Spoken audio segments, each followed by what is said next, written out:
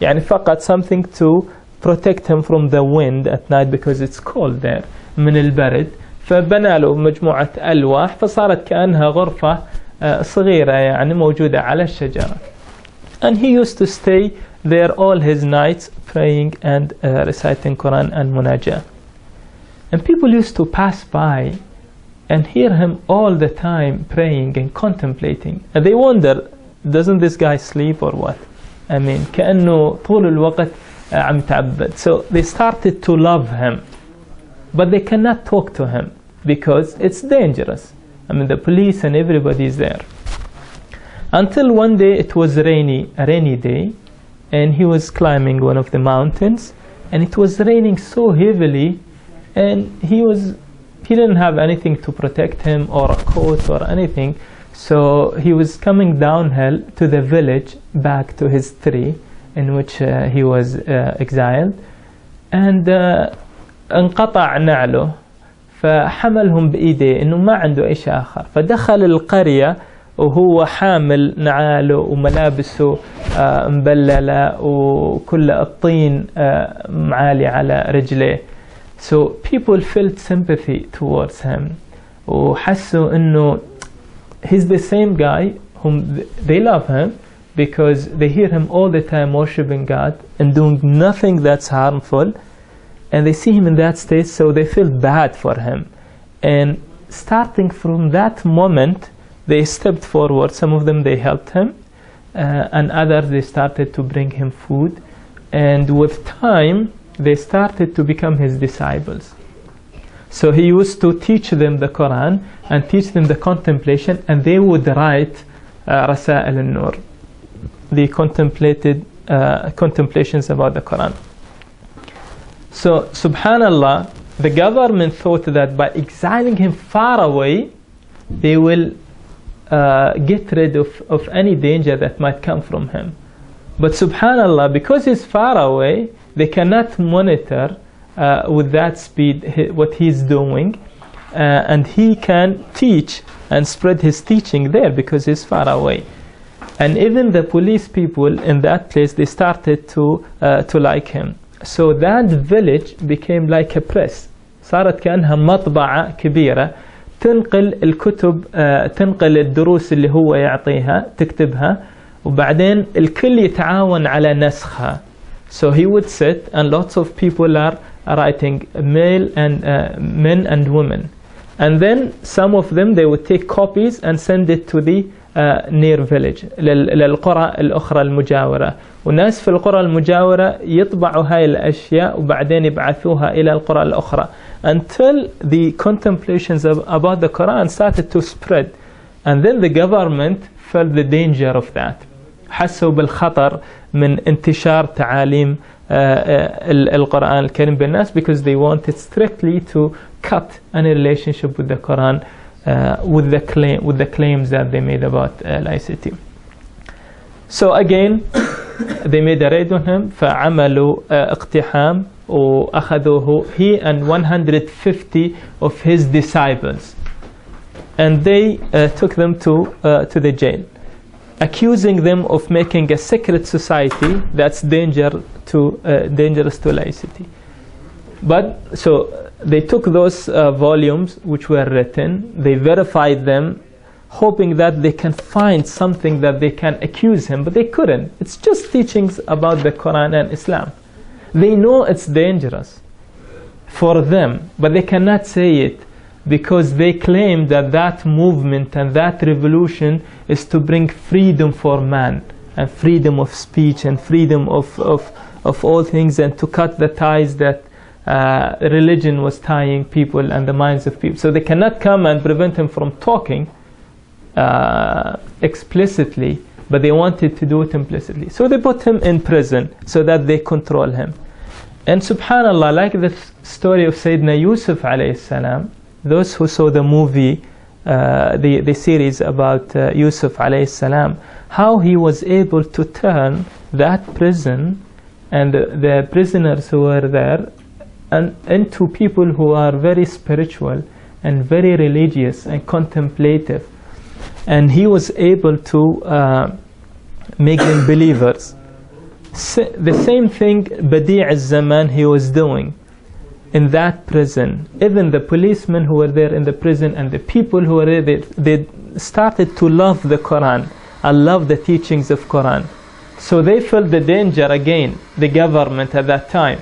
And they took him from that prison and sent him to another prison in which now he's not with people. He's an individual في حبس انفرادي. So في الحبس الانفرادي, okay, now he cannot teach anyone. So he started worshipping God and writing. And from time to time he would كان يكتب الأوراق, بعدين يحطهم في أشياء صغيرة يعني إلى قصاصات صغيرة, وبعدين يقذفهم من خارج الشباك الصغير إلى السجانين اللي كانوا موجودين. Some of the policemen who loved him with time, and they would give it to the prisoners, and then they would write his teachings and spread it among them and spread it outside the jail. For 25 years, from 1926 until 1950, he was able to spread tremendous knowledge about the Quran and the contemplation of the Quran. 25 years from jail to jail, from exile to exile. Everywhere they put him, people would love him. If they put him in a jail, he will turn these people in the jail into spiritual people.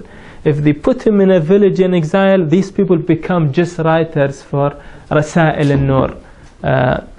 So battle after battle between him and the courts, from now on, from time to time. So they will make another court and they try to find something that they will accuse him of, but they couldn't.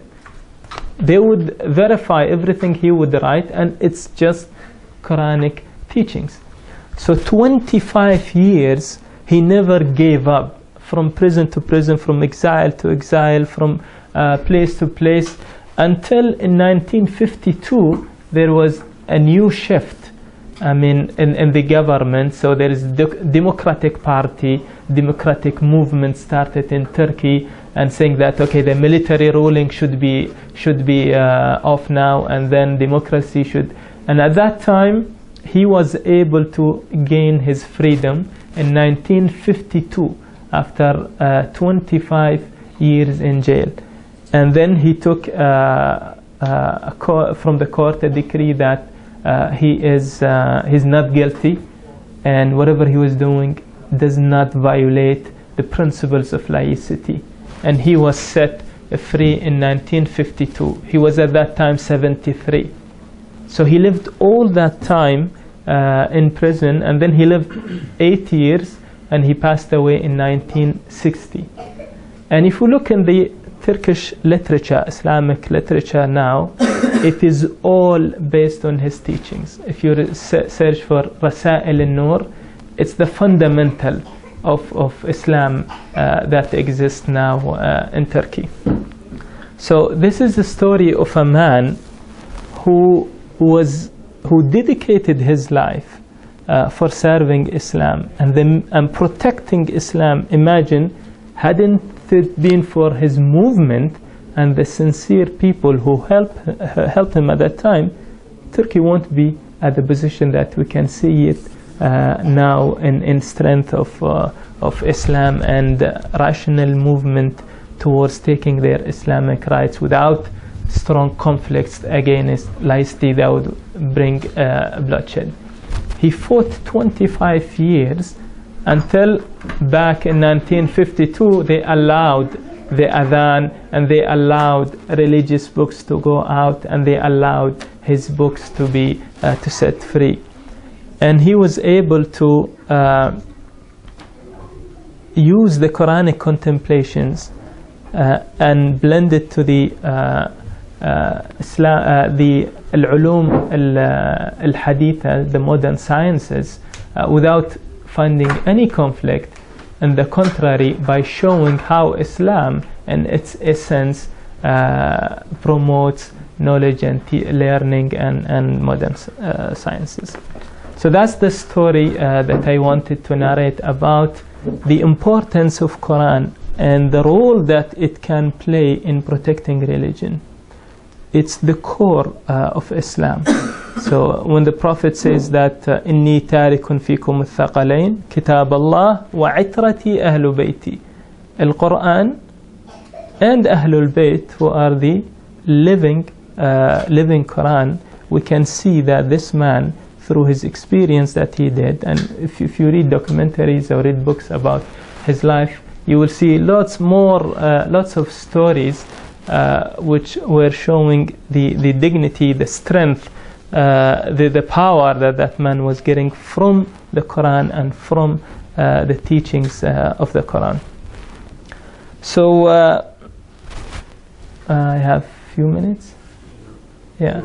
Okay, so here I would like to ask a question.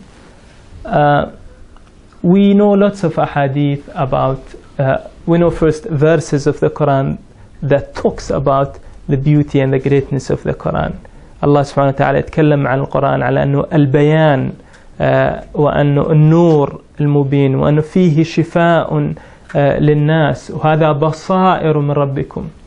At the same time, we know that the hadith of Ahl al-Bayt, that the Prophet sallallahu alayhi wa sallam, Ahl al-Bayt, which talks about the big reward for those people who read Quran and who contemplate about Quran. Yet there are many people who don't read Quran, who are far away from the teachings of the Quran.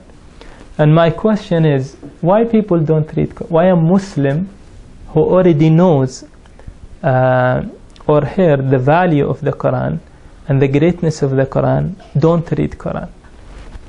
And I would like each individual of you to think for 1 minute, and then I will make a round table in which each one of you, I would like to hear why you think people don't read the Quran. Just a simple question. So just take 1 minute, think inside yourself, why people don't read the Quran? We, us, me, you, he, anyone. And don't judge yourself. Don't try yourself or your friend or anyone. Don't try to judge them. Don't try to condemn them. And don't try to find excuses for them. Just think why. Why they don't do this act of worship that's so great that it can save a whole nation and protect their religion. So we'll take 1 minute and then we'll make a round table, inshallah.